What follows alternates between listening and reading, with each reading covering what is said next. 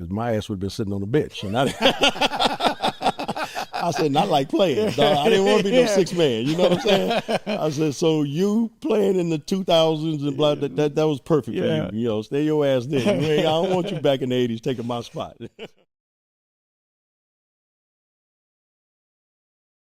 Tell us this story, Kobe story that like nobody knows. A Kobe story that nobody knows. From your perspective. Well, I'm sure a few people know this story, but the mass of people don't know this story. So, again, as a 17, 18-year-old kid, Kobe had never been to a beach. He ain't never seen ocean and all that stuff, right? Mm-hmm. So I tell him, and D. Fisher was with us as well. Travis Knight. Do you remember Travis Knight? Of course. These are all three rookies. So I said, listen, we're gonna go to the beach. I'm gonna take y'all to the beach, and we're just gonna talk basketball. You know, we're going to talk life in general, you know. This is after a practice? This is after a practice, yeah. So we all go down and we go walking around the beach and, you know, they're just looking at the water and just chilling and just tripping off the ocean, you know, and they're like, man, I ain't never seen nothing like this. This is unbelievable. So after they get over the oh, my God, you know, type of look, then we start talking about basketball. And once we finish with basketball and D. Fish, who we all know is how great he was and how tough mentally and physically that he was, everybody left and it was just me and Kobe.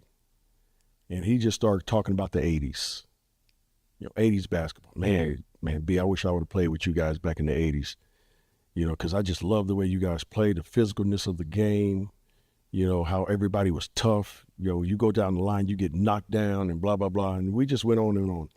And I was like, yeah, you would have been great in the 80s. It would have been fun. I said, wait, hold up. I said, no, I'm glad you didn't play in the 80s. He said, why? Because my ass would have been sitting on the bench. And I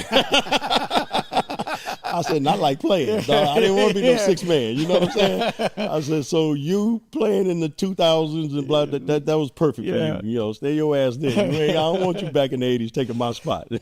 Oh, that's great. So talk about his work ethics, man, because they're legendary. Yeah. And people still to this day talk about his work ethics. I mean, you've seen them. Mm-hmm. I've seen them. I've been invited to some of the summer ones and some of the things that I went to a workout with him one time. I'll tell you a quick story. He invited me to a workout. He says, Jay, we're going to be here at 4 a.m. This was in Orange County one summer. And we worked on just one area. And it was just midsection, abs. I don't think I walked for 2 straight days afterwards. I never worked out with him ever again after that. That's my quick and only story about his work ethics. But you worked out with him quite frequently. Yeah. Talk about his work ethics. Well, you know what? There's 3 people in my lifetime that I admired on how hard they worked. Jerry Rice, Walter Payton, Kobe Bryant. Yeah. And his was legendary, you know, Kobe, as far as he never worked out just once a day. No. You know, like you just said, he would get up at 4 a.m. Yeah. Or he said, meet me at a gym at 4 a.m. And he would work out for, 2-3 hours lifting because he knew he had to get stronger. You had to get bigger. You're a basketball player. Just get stronger, right? Yeah. Then he would go eat breakfast, and then he'd come back and he'd make 500 shots. So he'd be there another 2 hours. Then he'd get ready for practice, right? Yeah. He'd go through a 2.5 hour, 3 hour practice like it's nothing. Then he'd go have lunch and blah, blah, blah. He'd chill out for another hour. Then he'd come back at night and work out again. And it was crazy to me because he had his method of it was scientific, because he was like, B, if I work out 3 times a day and all these other guys who are so-called great players work out just for practice, they just work out that 1 time a day. He said, over a 5-year period, they can't catch me. I've worked out that much. I've worked on my body. I've worked on my footwork. I've worked on my shot. So 5-10 years from now, they can't catch me. They're that far behind. And I never thought about it until he explained it to me. Mm-hmm. Because I was a guy that in the summertime, to the gym, lift weights. Go to the track, I'll run for 2 hours. Mm-hmm. I had my boy Henry Hines, right? Then I go play.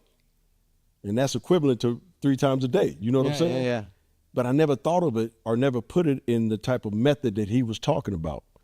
And I just thought it was ironic that, a young man got it that quickly. He understood that if I worked out harder and longer and more than the guy who's supposed to be on my level, sooner or later he won't be on my level anymore. Wow. And I mean, it was deep, but he was, as you know, he was that type of thinker as well. Kobe was extremely intelligent. Yeah. Extremely intelligent. So he just said, scientifically, if I do this, you can't catch me. Yeah. And he was right.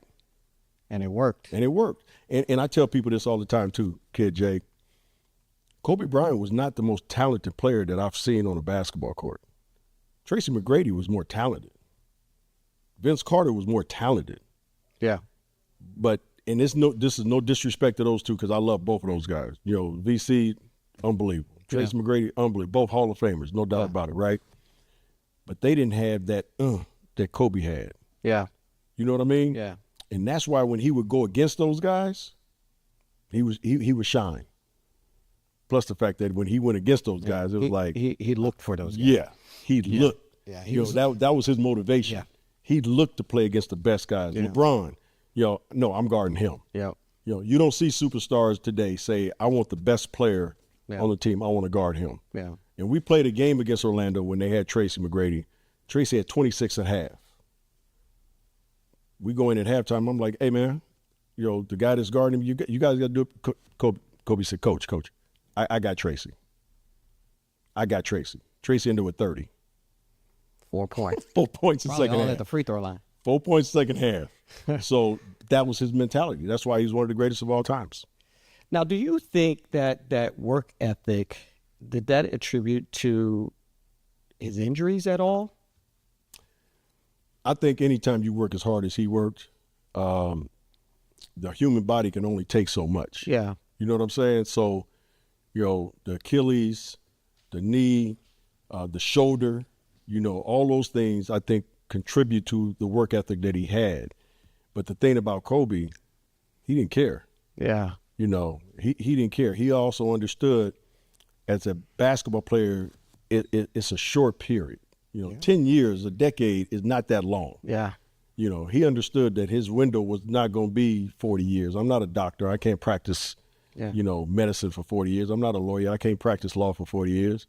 But I can practice this game for 15 to 20 and give it everything I got. Now, is it going to shorten my career as far as the injuries and things like that?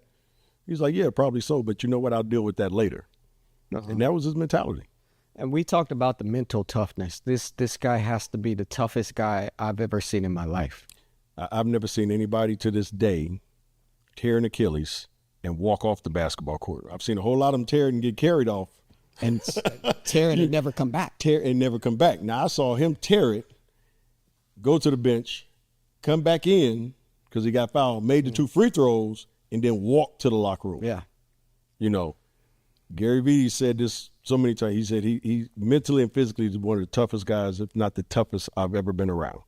Yeah. And I agree with that. And Gary Vee's been around a whole lot of guys, in professional basketball that were supposed to be tough and all this stuff. But KB, there's nobody like him.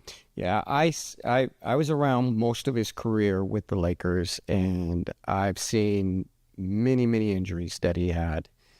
I mean, fingers going different directions. Yep. Gary Vee just popping them back into place right there on the court. On the court. Yeah. Whereas other players run back to the locker room and then they sit out the rest of the game, snap it. Kobe just snapped it right back in the game, walks in the game, shakes it off like it's nothing. Like it's nothing. Knees swelling up. Shake it off. Yeah. Goes right back into the game. Yeah. The other story that's crazy is I'm coaching him and we're in New Orleans, right? Kobe takes a shot, something happens, he comes down the court, and he's doing like this, We go down the court again. He didn't take a shot, but we come back and Gary Vee says, B, you got to take him out. Something's wrong with his shoulder. So I call timeout. Kobe comes over. I said, KB, you all right? He said, yeah, I popped something in my shoulder. I said, all right, man, I got to take you out the game. He said, no, I'm good. Yeah, I got another one. Swear to God, I got another one. Right? Play left. Yeah. So we go down the court. He posts up. Poindexter was his name. 6'7". He turns around, fall away, left hand, bam. That's what it makes it, right? And when he made it, even Poindexter's like, what the hell? So he's running down the court, and he's still doing this with his right shoulder. So I take him out. I was like, KB, that's it. He's like, B, I'm good. I said, no, that's it, dog. That's it. Set him down. We go in after the game. Doctors come in. They say he separated his shoulder. He needs surgery. But he played literally 5 more minutes until I just said, no, KB. When he turned around and shot it left-handed, I was like, oh, no, I got to get him out. Took him to the back. Doctor said, yeah, he just separated. He needs shoulder. He's done for the year. Wow. But he just looked at me. I was like, man, your right shoulder? He's like, I'm good. I got another one. I'm good. That's the mental and physical toughness of Kobe being Bryant. The mentality of Kobe. Mentality. Never say die, never quit, never give up. That was him. Wow. We're going to talk a lot about Kobe throughout this podcast. Absolutely. We're going to have a lot of guests on our podcast that know Kobe, that played with him. Played against him. Played against him as well. Yep. So, we're going to talk a lot about Kobe throughout these podcasts.